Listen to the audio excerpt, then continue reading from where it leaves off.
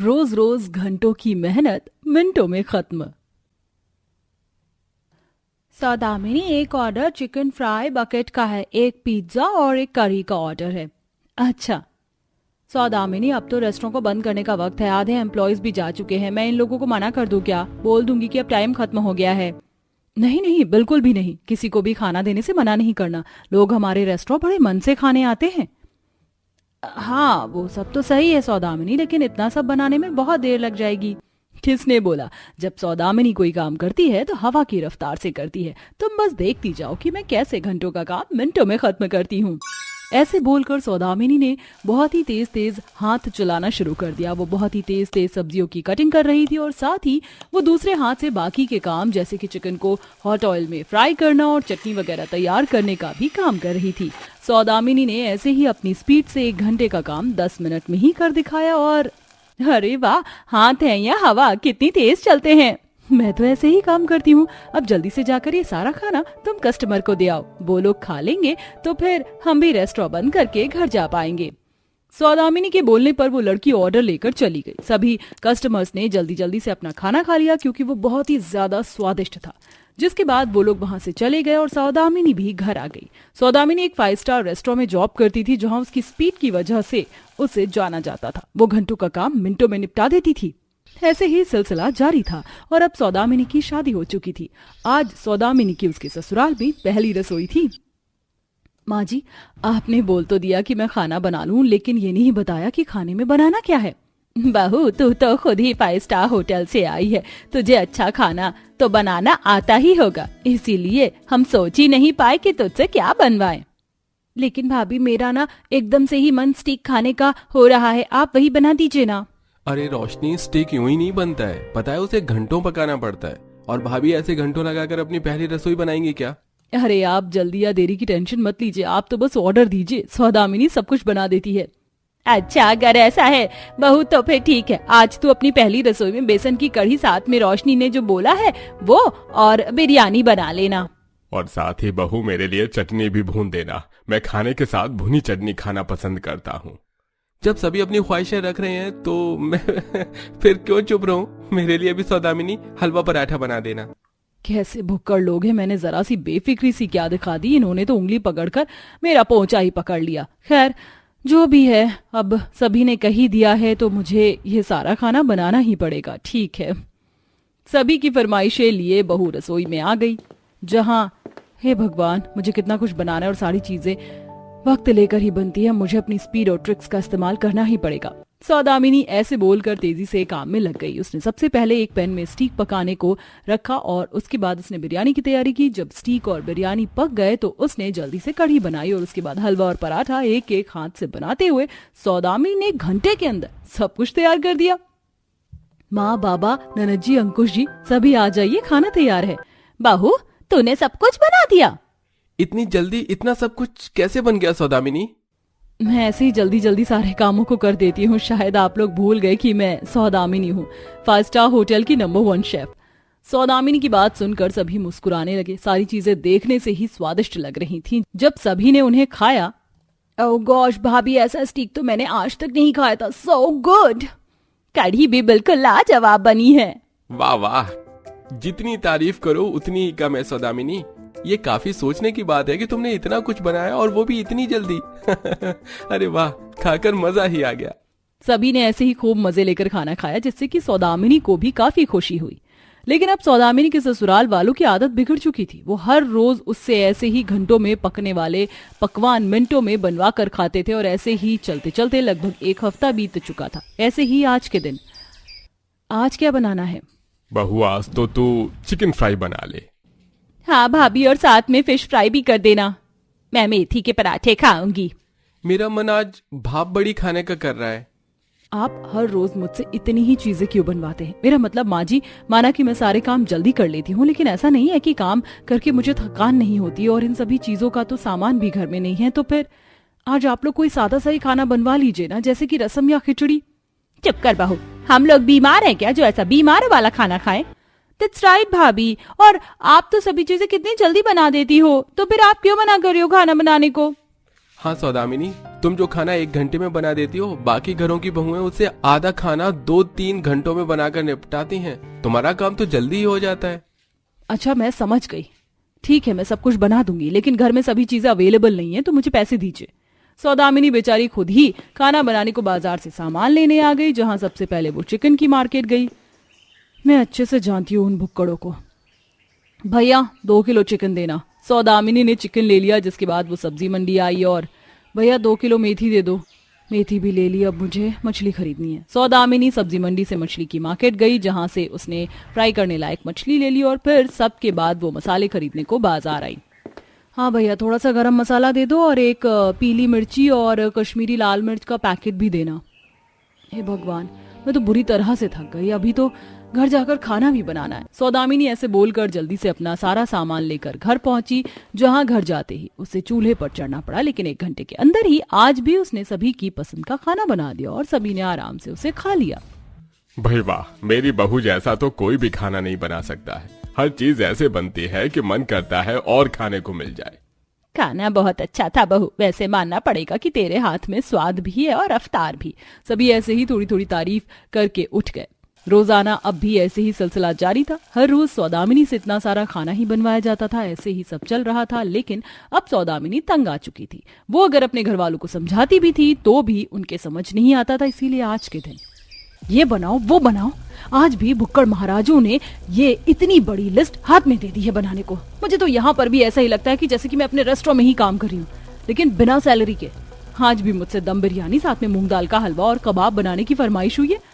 बस अब बहुत हो गया, अब मैं इन लोगों को बताऊंगी कि खाना किसे कहते हैं। सौदामिनी खाना बनाते हुए ही गुस्सा कर रही थी। आज उसने खूब देर लगाकर खाना बनाया। बहू, कितनी देर हो गई है तुझे? रसोई में ही पूरे 3 घंटे होने को आए हैं, अभी तक खाना नहीं बना क्या? हाँ माँ जी, बना तो रही हूँ। अब जब आप कुकर में पत्थर बनाने को बोलेंगी तो उन्हें गलने में वक्त तो लग ही जाएगा ना। सौदामिनी जानबूझकर देर लगा रही थी। उसने ऐसे ही खूब देर में खाना बनाया कि उसने गुस्से में खाना जला भी दिया और लगभग 3 घंटों में उसने खाना सर्व किया। ये खाने के लिए है? बहू, ये तो सारा जल गया है। हाँ बाबा, वो आप लोग रोज रोज ही ऐसा खाना बनवाते हो ना जिसमें दिमाग खराब हो, इसीलिए आज मुझसे खाने पर फोकस नहीं हो पाया। अच्छा, तो तूने हमारी प्लेट में यह जला हुआ खाना ही रख दिया? सच सच बता, ये तूने जानबूझकर किया है ना? मैं जानती हूँ, कितने ही दिनों से देख रही हूँ कि तेरा रसोई में मन ही नहीं लगता। अरे जरा अपने ही साथ वाली बहुओं को देख, कैसे सारा की सारा दिन परिवार की खातिरदारी में निकाल देती हैं। बस कीजिए माँ जी, आप भी तो अपने साथ की सासू माँ को देखिए, कौन अपनी बहुओं से इस कदर मेहनत करवाती है। सौदामिनी और शालिनी में ऐसे ही बहस होने लगी, लेकिन सौदामिनी का सभी विरोध कर रहे थे। लेकिन उसकी बात को महेश ने समझा और फिर वो सभी को समझाते हुए बोला, खामोश, सभी चुप हो जाओ। शालिनी बहू की बात गलत नहीं है, हमने उसे रोज रोज कुछ ज्यादा ही तंग कर दिया। बहू, हमें माफ कर दे, आज से ही अब कोई भी तुझसे ऐसे काम नहीं करवाएगा। महेश घर का बड़ा था, इसीलिए सभी ने उसकी बात को मान लिया। बस फिर क्या था, उसी दिन से अब सौदामिनी से कोई भी ज्यादा काम नहीं करवाता था। अब सौदामिनी बस नॉर्मली ही खाना बनाती थी और अब सब कुछ ठीक हो चुका था। अरे ये क्या, रसोई में तो अनाज और सब्जी मौजूद ही नहीं है। अब हम पांचों किस प्रकार खाना पकाएंगे? अरे इच्छा, तुम तो इस कदर चिंता कर रही हो जैसे हम पांचों किसी गरीबजादे ससुराल में ब्याही गई हैं। इतना आलीशान भव्य ससुराल है हमारा, किसी चीज की भी कमी घटी नहीं है हमारे ससुराल में। चलो चलकर भंडार घर से अनाज और सब्जी ले आते हैं। इच्छा, सिया दोनों बहुएं आलीशान बावर्ची खाने से भंडार घर की तरफ जाने लगती हैं। तभी उन्हें खूंखार जानवरों के दहाड़ने की आवाज आती है, जहां भंडार घर में खूंखार भूखा शेर गोश्त खा रहा होता है। ऐसा मंजर देखकर डर के मारे दोनों की सांस अटक जाती है। शेर, ये तो हमारी तरफ बढ़ रहा है, अब क्या होगा? तभी सिया बचाव की आवाज लगाती है, लेकिन उसके हलक से आवाज नहीं निकलती। कोई हमें बचाओ, देव जी, देव जी, माँ जी। क्या दोनों बहुएं खुद को भूखे शेर से बचा पाएंगी? एक सवाल ये भी था कि आलीशान महल के भंडार घर में ये शेर आया कहाँ से? ये जानने के लिए कहानी के अनदेखे भाग को देखते हैं। अरे अब इतना भी क्या सोच रही हो गंगा बहन? चिराग लेकर भी ढूंढोगी तो अपनी गरीब बेटियों के लिए इतना आलीशान रिश्ता नहीं मिलेगा। अरे तुम्हारी 5 बेटियां ठाट बाट से रहेंगी, दूध का कुल्ला करेंगी। हाँ, पंडित जी, हर माँ चाहती है कि उसकी बेटियों को अच्छा घर और वर मिले, मगर इसका मतलब ये नहीं कि मैं अपनी बेटियों को मौत के मुंह में धकेल दूं। माना कि लड़के वाले रजवाड़े खानदान के हैं, मगर उनका आलीशान घर तो गुफा के ऊपर बसा हुआ है। पता नहीं कितने जंगली जानवर रहते होंगे वहाँ। मुझे अपनी बेटियों का है गरीब के हाथ में देना मंजूर है। कम से कम मेरी बेटियां मेरी नजर के सोंझे सही सलामत रहेंगी। मैं अन्नपूर्णा जी के 5 लड़कों का रिश्ता लौटा रही हूँ। जैसी तुम्हारी इच्छा गंगा बहन, मैं चलता हूँ, मगर द्वार पर आए ऐसे रईस रिश्ते को ठुकराकर तुम अपनी बेटियों का भाग खुद खराब कर रही हो। अरे जिंदगी भर तुम्हारी बेटियां तुम्हारी इस गरीब मिट्टी की मढ़ई में ही बैठी रहेंगी, क्योंकि आज के जमाने में बिना दान दहेज की शादियां नहीं होती। ऐसा बोलकर पंडित जी जाने लगते हैं। तभी गंगा की बेटी अनीता कहती है, पंडित जी आप जाकर उन्हें कह दीजिएगा हमें रिश्ता स्वीकार है। ये कहते हुए अनीता की आंखों से आंसू छलक जाते हैं। माँ, ये रिश्ता हो जाने दो। बापू के जाने के बाद सारी जिंदगी तुमने हम 5 का पेट भरवाने के लिए लोगों के जूठन धोए हैं। अनीता ठीक बोल रही हो। अब आखिर कल को हम 5 की शादी का दहेज तुम कहाँ से जोड़ कर लाओगी? और शादी ब्याह का संजोग भाग्य विधाता बनाता है, तो समझ लो उसी घर में हमारी तकदीर लिखी है। कुछ ही दिन में गरीब गंगा की 5 बेटी अनीता, इच्छा, सिया, कुमकुम विधि की शादी अन्नपूर्णा के 5 बेटों के साथ धूम धड़ाके से शाही ढंग से होती है। माँ, अपना ख्याल रखना। जाओ मेरी बच्चियों, अपनी इस गरीब माँ की चिंता छोड़ो और जाकर अपना घर संसार बसाओ। चलो बहुओं, विदाई की घड़ी बीत रही है। अंधियारा ढलने से पहले हमें गुफा भी पार करना है। 5 गरीब बहुएं गाड़ी में बैठती हैं और गाड़ी सुनसान घले जंगल वाले रास्ते से सफर तय करती है। तभी रह रहकर 5 को जंगली जानवरों की आवाज सुनाई देने पर 5 खौफ में आ जाती हैं। माँ जी, ये कैसी भयंकर आवाजें आ रही हैं? कुछ नहीं बहुओं, वो शाम की ढलान में अक्सर जानवरों का झुंड गुफा से निकलकर खुलेआम बाहर घूमते हैं। उन्हीं की आवाज है। तुम 5 डरो नहीं, हम गाड़ी में सुरक्षित हैं। तभी कुछ दूरी पार करते 5 को गुफा वाले रास्ते के पार उन्हें आलीशान ससुराल थोड़ा थोड़ा दिखाई पड़ता है। अरे देखो देखो, हमारा आलीशान ससुराल तो पुराने जमाने के राजा महाराजाओं की तरह है। सच में हमारा ससुराल कितने खुले जमीन में बना है, कम से कम 10 बीघा तो होगा ही। हमारा तो भाग्य संवर गया। तभी गुफा के अंदर से खूंखार सियार का झुंड उनकी गाड़ी के आगे आकर तबाही मचाने लगते हैं। हे भगवान, ये तो सियार है, तो बड़ी बेरहमी से इंसान का शिकार करते हैं। अब क्या होगा? विधि, मुझे तो ऐसा लग रहा है ये सियार हम 5 को हमारे आलीशान ससुराल पहुंचने से पहले पार घाट ना पहुंचा दे। तुम 5 डरो नहीं, हम है ना तुम्हारी हिफाजत के लिए। ड्राइवर, गाड़ी की हेडलाइट बुझा दो, ये खुद भी खुद चले जाएंगे। जी मालिक। गाड़ी की हेडलाइट बंद होते सियारों का झुंड गुफा में लौट जाता है। इधर गुफा वाले खतरनाक उबड़ खाबड़ रास्ते से होते हुए बहुएं भी आलीशान ससुराल में आती हैं, जहां नौकर चाकर की फौज स्वागत सत्कार करती है और 5 का शानदार गृह प्रवेश होता है। आओ बहू रानियों, तुम 5 का तुम्हारे आलीशान ससुराल में स्वागत है। अब यहाँ का राजपाट तुमको ही संभालना है। इतनी दूर से सफर तय करके आई हो, आराम कर लो जाकर। फिर 5 अपने कमरे में जाती हैं, जहां मखमल का बिस्तर और तमाम सहूलियत मौजूद थी। पर जैसे ही रात गहरी होती है, गुफा में से जानवरों का कोलाहल उन्हें सोने नहीं देता। क्या मुसीबत है, इस मखमल का बिस्तर तो है मगर ये जानवर सोने नहीं दे रहे। वीर जी, सासू माँ ने क्या सोचकर इस गुफा के पार ससुराल बनाया था? यही घर इंसानी आबादी वाले इलाके में होता तो हम महफूज होते। इच्छा, ये मकान हमारे पूर्वजों ने बनाया था। हमारी तमाम पुश्तों शुरुआत से गुफा के पार इसी महल में रह रहे हैं। अभी तुम्हें थोड़ी परेशानी होगी, मगर धीरे धीरे तुम भी आदी हो जाओगी। इस तरह से सुबह हो जाती है। 5 बहुएं सबके लिए भांति भांति के पकवान बनाती हैं और उस रहन सहन में ढलने लगती हैं। इसी प्रकार 5 रात के भोजन की व्यवस्था करने आती हैं तो अनाज समाप्त हो चुका था। सिया और इच्छा भंडार घर में जाती हैं तो वहां शेर को देखकर दोनों हक्की बक्की हो जाती हैं। लगता है आज तो ये शेर हमें कच्चा चबा जाएगा। कहां से कहां हमने इस आलीशान ससुराल को चुन लिया। दोनों खूंखार शेर को देखकर खौफजदा थी। तभी देव जलती मशाल लाकर शेर के आगे डाल देता और शेर दुम दबाकर भाग जाता है। शुक्र है तुम दोनों ठीक हो। हाँ, हम ठीक हैं। सिया बहू, इच्छा बहू, तुमको क्या जरूरत थी इतनी रात को यहाँ आने की? माँ जी, बावर्ची खाने में अनाज खत्म हो गया था, हम तो वही लेने आए थे। तुम्हारा ससुराल गुफा के पार है, जहाँ अंधेरा होने के बाद गुफा के जानवर खुलेआम घूमते हैं। आगे से कुछ भी चाहिए हो तो भंडार घर में दिन दहाड़े आना, समझ गई? जी माँ जी। इसी तरह गरीब बहुओं को उनके गुफा के पार आलीशान ससुराल में दिन रात डर के साए में गुजर रहा था, जहां उन्हें रोजाना किसी न किसी समस्या से 2-4 होना पड़ता था। एक दिन ये बड़ी सिरदर्दी है। हर 2-4 दिन में सब्जी खत्म हो जाती है और सब्जी खरीदने के लिए मीलों चलकर गुफा पार करके जाना पड़ेगा। फिलहाल आज क्या बनाए ये सोचो, अब जो है उसी में खाने का जुगाड़ लगाना होगा। देखो रसोई में थोड़ा चिकन मौजूद है, आज का बंदोबस्त हो जाएगा। चलो सबके लिए दम बिरयानी बना लेते, दावत की दावत हो जाएगी और सबका पेट भी भर जाएगा। फिर 5 बहुएं मिलजुल कर बिरयानी की तैयारी करती हैं।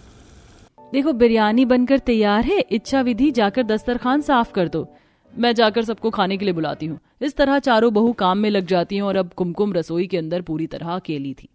आहा कितना बढ़िया खुशबूदार लजीज दम बिरयानी बनी है, अब ले जाती हूँ। तभी एकदम से बिरयानी की खुशबू सूंघते हुए गुफा के अंदर से शेर भेड़िया सब एक साथ आलीशान ससुराल के चारों तरफ जुट जाते हैं और निचली खिड़की से फांद कर भेड़िया अंदर घुस आता है। उसे देखकर कुमकुम का चेहरा पीला पड़ जाता है। हे भगवान, ये भेड़िया मेरी खून का प्यासा बना हुआ है, बचाओ बचाओ। भेड़िया नाव देखता है न ताव कुमकुम के हाथों में बिरयानी का बर्तन देखकर उस पर झपट पड़ता है, जिससे कुमकुम बुरी तरह घायल हो जाती है। ये आज हमारे आलिशान ससुराल के चारों तरफ जानवरों की आवाज ज्यादा ही आ रही है। माँ जी कहीं कोई खतरा तो नहीं मंडरा रहा? नहीं नहीं बहुओं, निश्चिंत रहो, ये गुफा के जानवर किसी को नुकसान नहीं पहुँचाते। तभी रसोई के अंदर से कुमकुम के चीखने की आवाज आती है। सब लोग जाकर उसे खून से लथपथ देखते हैं। हे भगवान, कुमकुम ये क्या हो गया? माँ जी डॉक्टर को बुलाइए ना। अरे बहू, इतनी रात को गुफा के पार कोई डॉक्टर कोई वैद्य आने को राजी नहीं होगा, तो फिर अब हम अपनी बहन की मौत का इंतजार नहीं कर सकते, हम खुद इसे लेकर जाएंगी। देखो अभी निकलना खतरे से खाली नहीं होगा, सुबह होने का इंतजार कर लो।